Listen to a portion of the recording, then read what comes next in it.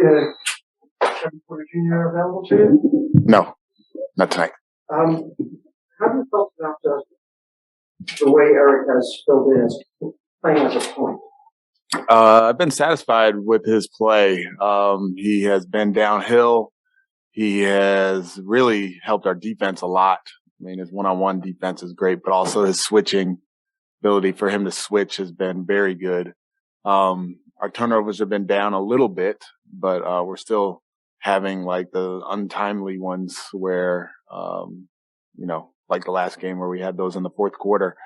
But overall, I've been satisfied with him playing the point.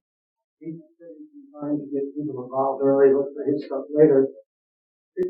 Can that be more difficult, though, to be sharp and be in a rhythm when you're trying to change kind of the approach that you've had? Yeah, it's probably harder, especially since the role he's had has been coming in and being the guy to score the points and the guy to put the pressure on the defense. So there is an adjustment, but he's done it before. And, at this point of his career, he's done a little bit of everything. So it is an adjustment in this season, but as far as him never doing it before, it's not an adjustment. Where would you say Kevin is? I'm hoping for Wednesday. I'm hoping for the Chicago game. So he had a workout yesterday, workout today, and looks like he's moving better and better with each day. So hopefully not really having much today, then tomorrow, then he'll be ready for Wednesday. With the Celtics, obviously, practice gone by since then. What were some of the takeaways looking back on the film and areas in which this team was the best? Yeah, well, it's going to be a different team with Jaylen Brown on the floor. Obviously, last time we played them, he wasn't on the floor, and we struggled with Tatum as well. But with those two guys who can create so much offense and put so much pressure on your defense, it really changes your game plan because we were, I wouldn't say singularly focused, but very much focused on Tatum last game. And now with Tatum and Brown, it makes it tougher. Gerald Green added to the staff? Oh, so much. He is super positive, but he's been there before. And the guys respect him. Like as soon as he walked in the door, he had the respect of the team. That's hard to do. So he has been someone that guys can lean on, someone guys can work out with. When we need to throw an extra guy into a drill, he'll jump in and jump in the drill. And, unfortunately, he's like our fifth best shooter. So, but I'm kidding. But he's been great. He's been great. Speaking of mentors, and forgive me if this is not something you want to discuss, but what has John Wall and his presence done for Jaylen, and is he traveling? Yeah. So he's traveling with the team and he's working out and preparing himself for whatever comes next for him. And he's been good for our group. He's been good as far as watching film with guys, as far as pulling them aside when they come off the court. He's on the bench. He'll be on the bench tonight, and definitely a helpful presence on our bench. How do you measure and kind of balance guys not getting too down on themselves about losing, but guys not getting used to losing and being okay with it?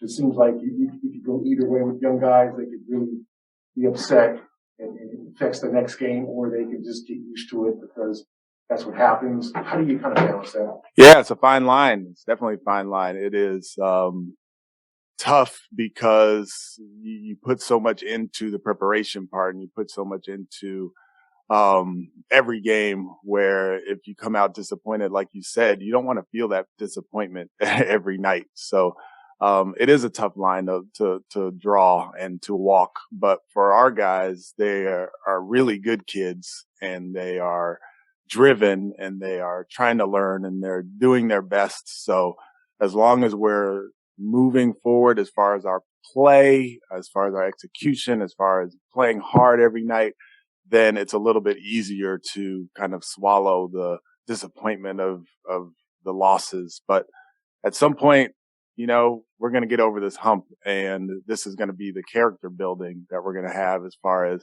remember when and when we get through it and we look back, we'll see the character that was built as a result of this moment. Let's say Philadelphia 5 or 6 years ago when they were taking it on the chin, and how that turned around, that kind of motivation. So that's recent history for some of you young guys who might do that. Yeah.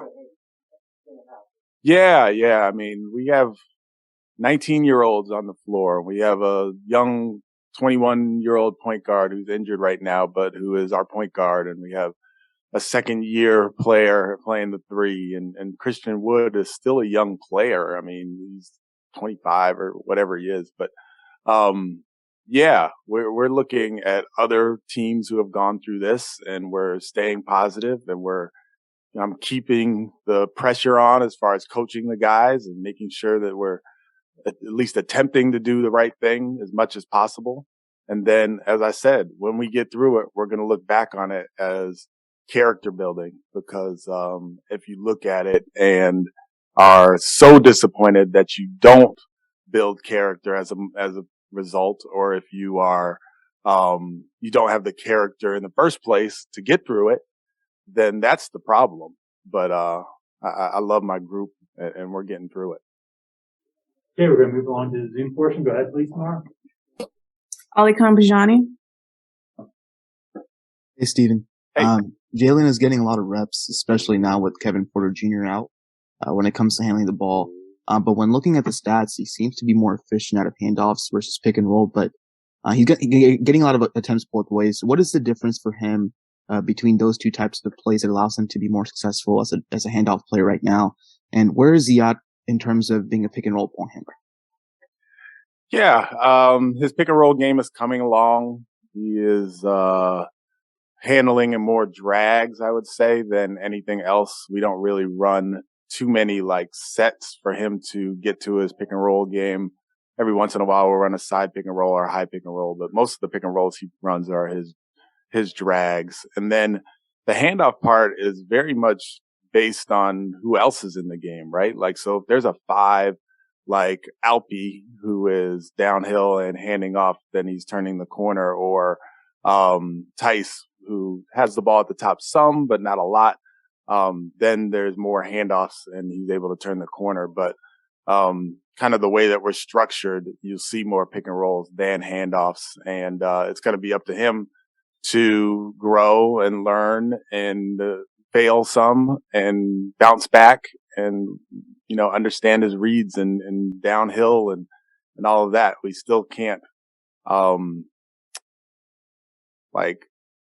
throw away the fact that this is game 15 for a 19-year-old. So yeah, his pick and roll game is going to be really good at some point. It's just not yet. Not now. Awesome. Thank you, Steve. Yep. Bobby Manning. Hey, Steve, and I know the focus is probably on Jayson and Jaylen for you guys defensively, but when you see a guy like Grant Williams, rising up in 3-point percentage and, hitting a lot of corner threes off those guys, you pay a little bit more attention to a guy like that, or are you paying so much to the Jays that, you just kind of have to let somebody break through a little bit?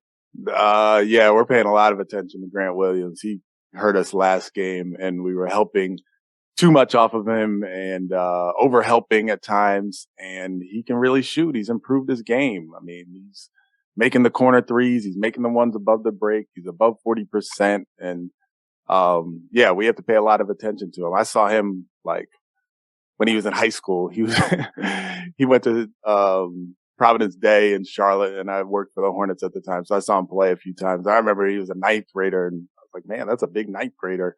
And he's gotten better and better and better, and it's good to see. But yeah, we pay a bunch of attention to him.